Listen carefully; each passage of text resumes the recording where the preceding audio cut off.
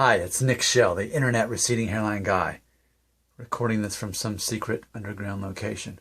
One of my most popular videos is there is no cure for male pattern baldness, something like that. You'll see it in my top videos there in the queue. So that's one of my most popular videos, and I definitely agree with that. There is no cure. If there was a cure, then we would all that have any kind of hair loss. Look at this. I mean, look, I'm 35 years old, and look, I mean, I'm lucky to have as much as I do, but look at that.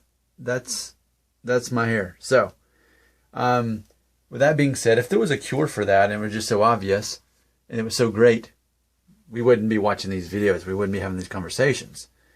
Clearly, if it were that great and easy and simple, then everyone would already know about it. There wouldn't be some secret about it. People wouldn't be looking for it, right? That's why my channel is so popular here on YouTube, is because everyone's looking for that. And I'm here to tell them, to be the voice of reason and say, there is no cure for it. Now, with that being said, it's been requested by one of my viewers to acknowledge that there are treatments available. So I'm going to acknowledge that today. I don't disagree that there are treatment options available. I agree, and I'll address them.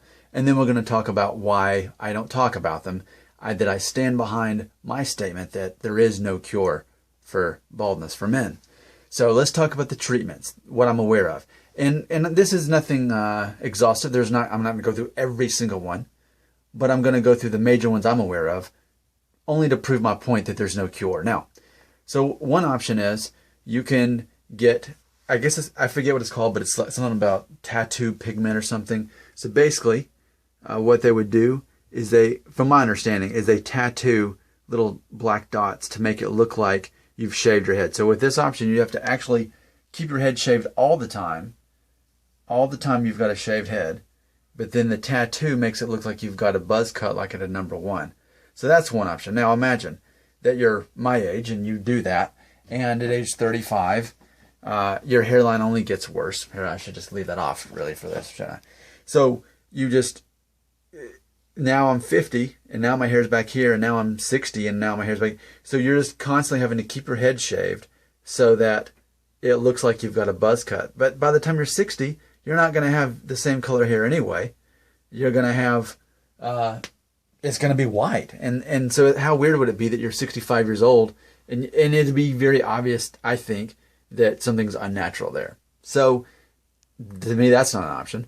We've also got the transplants, which my understanding is they take hair from the back here and then they put it up here. So then you've got a scar back here. So you can never like shave your hair off, because then there's a big obvious scar in the back. So that defeats the purpose, because again, your hair is going to continue going back. It's not going to stop at that point. You have to keep going back for that. Have I even mentioned the dollar amounts yet? There's no point even doing that. It costs money to do this stuff, by the way. Another option, we could do a toupee, which is always funny, right? People just laugh at that. They always know it's fake. So if you want to consider that a treatment option, we can talk about that. Another one I can think about, and this is the most controversial one, and I'm not trying to seem like I'm condescending or anything like that, but Propecia or anything like it is another treatment option. Okay? But why don't you Google Propecia side effects? Just Google that. Now, I've made videos about it, but you can look it up yourself in case you don't want to take my word for it. There are side effects, just like there is with any drugs. So drugs that could actually make you impotent, which I point out the irony there. Imagine that you finally have hair again, but then you're impotent, or related issues accordingly, right? That's what I'm getting at. So here's what I'm looking at when we look at all these treatment options. They've all got very obvious setbacks to them, very obvious side effects or issues or things that make them impractical. So as far as that goes, I mean, I just don't see how that's worth it, because it's ultimately a masquerade. It's a disguise of some sort. To me personally, I feel that if I did any of those, I would feel like I personally would be a phony to myself.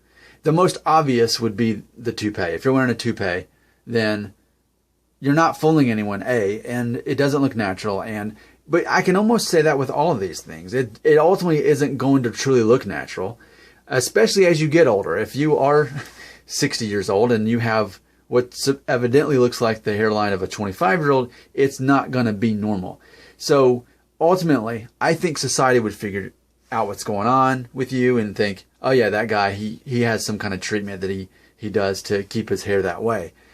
And to me, I just wouldn't feel comfortable with that, because I feel that masculinity, part of that is defined in embracing what's going on with your life. Like, for example, why do I have 2 zits right in between my eyebrow?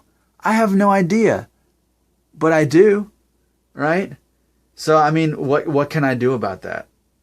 Just talk about it, I guess, and acknowledge it before someone else can point it out. I point it out. It's there. I'll be glad when it goes away, but it's there for now, right? So it's a matter of embracing this stuff. Look, we can say that there's treatments. That's fine. I made the title right here, whatever side of the screen it says it on when you watch this, that there are treatments available, but, and then there's all these other things. So yes, I just addressed that these exist, and then I also told why, to me, it's not even something I would consider. See, here's what I think. I think I'm offending certain people that make money by endorsing these things, whether it's a drug, a surgery, tattoo, whatever it is. I think that's offensive to people who endorse that or maybe make money off of it or something like that. I think it's also discouraging to people who want to believe that they can have some kind of treatment that's going to solve their problem and make them happy. And I am saying it's not. I'm saying ultimately in your heart you're not going to be happy with something like that, because it's artificial. It's got issues, it's got side effects. People ultimately, I think, will know it's not real. Not to mention you're spending money on this. So you're trying to make yourself happy in your heart about your hair when you're ultimately not going to be. So I think still, if you're going to end up doing that, you're going to find yourself in this trap where you might fall into other categories.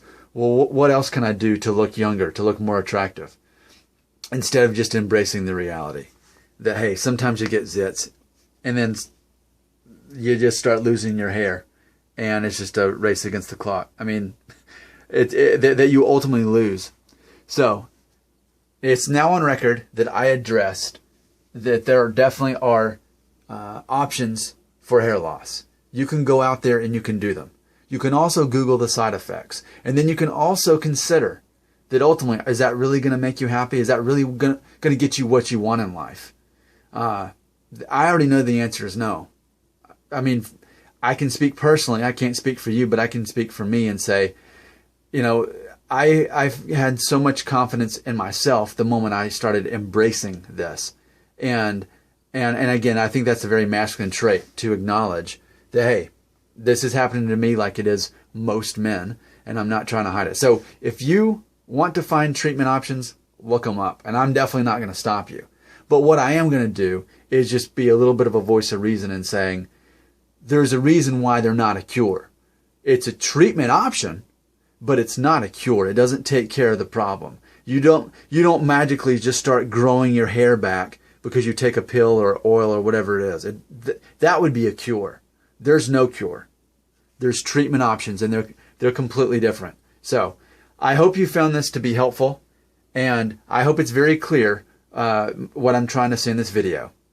Number one, there is no cure for hair loss, as I've already said in one of my most popular videos. Your hair is not going to grow back. Things are never going to be the same. You're getting older. It's a matter of embracing it. Number two, there are options available, but it ultimately still isn't a cure. There's absolutely a difference. And hopefully, in this nearly 10-minute video, I've done a good job of explaining the fundamental differences between a cure and a treatment option.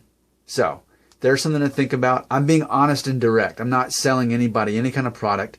All I'm selling you is honesty. And I think a lot of people need that, especially if you're age 20 and you're starting to realize you are losing your hair. Well, I want to be that voice of reason that doesn't try to sell you anything, doesn't try to fool anybody with what's going on here. I mean, I can tell you some tips to downplay your receding hairline, but it's not going to make your hair grow back. And not to mention, I'm not spending any money to try to fix anything. I'm Nick Shell, the Internet Receding Hairline Guy. Thanks for watching my 10-minute video. I appreciate that. 1, 2, go.